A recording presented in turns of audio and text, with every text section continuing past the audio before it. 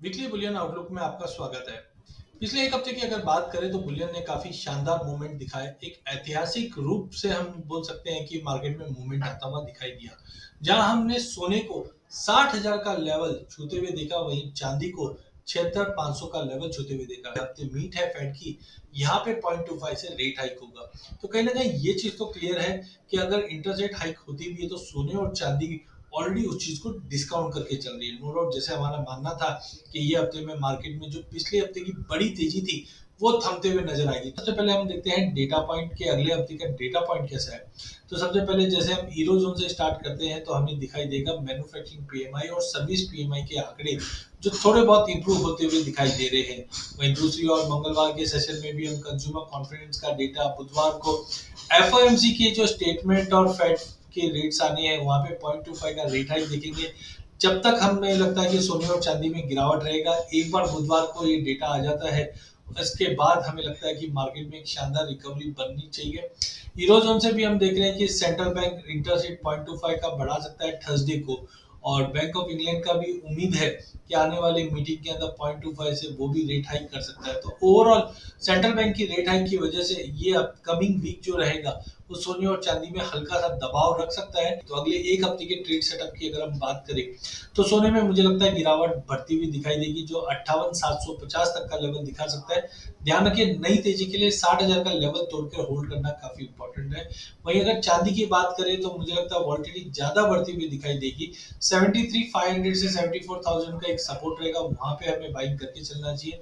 नई तेजी के लिए 76,800 का लेवल तोड़ने पे हम 80 की तैयारी करेंगे। But in all short term में गिरावट है, लेकिन लॉन्ग टर्म के लिए जो ईयर एंड के लिए टारगेट लेना चाहते हैं तो हमें लगता है कि गोल्ड 65,000 और चांदी 90,000 का लेवल आराम से दिखा सकती है। तो लॉन्ग टर्म के लिए बिल्कुल लेके चलिए। अगले हफ्ते फेड की मीट से पहले थोड़ी बहुत गिरावट अगर मिलती है तो वो एक बाइंग अपॉर्चुनिटी बन सकती है। क्योंकि डॉलर इंडेक्स में पिछले साल अक्टूबर में हमने देखा था कि प्राइजेस लगभग 114 तक पहुंच चुका था। And since then continue dollar index में भारी गिरावट आई, और इनफैक्ट पिछले हफ्तों के अंदर हमने 99.50 का लेवल भी छूते हुए देखा। बट एकाएक पिछले 3 दिन के अंदर प्राइजेस में एक अच्छी खासी रिकवरी आई है डॉलर इंडेक्स में, बिकॉज हॉकी स्टोन जो फेड ने बना रखा है, जिसके चलते प्राइजेस 180 पे जाके क्लोज होता हुआ दिखाई दिया। और जब भी डॉलर इंडेक्स में तेजी आती है तो कहीं ना कहीं कमोडिटी में करेक्शन आता है। तो सोने और चांदी में वैसे भी करेक्शन ड्यू था, तो हमने सोने और चांदी में एक गिरावट आती हुई देखी। डॉलर में जो तेजी आई है उसका कारण था बॉन्ड यील्ड में भी तेजी बनी, साथ में लेबर डिपार्टमेंट में अनएक्सपेक्टेडली ड्रॉप आती हुई देखा, जो वीकली जॉबलेस क्लेम्स है, जिसकी वजह से एक डॉलर में हमने एक मजबूती लौटती हुई देखी, और प्राइजेस ने at one point of time 101 के करीब भी जाता हुआ दिख रहा है। आगे कमिंग वीक के अंदर हम देखेंगे कि 0.25 का रेट हाइक होता हुआ दिखाई देगा। अब सबकी नजर ये है कि आगे जाके कितनी और रेट हाइक हो सकती है। बट हमारा मानना है 0.25 का एक रेट हाइक जुलाई में है, एंड एक और 0.25 का रेट हाइक रह सकता है जो अगस्त या सितंबर में हो सकता है।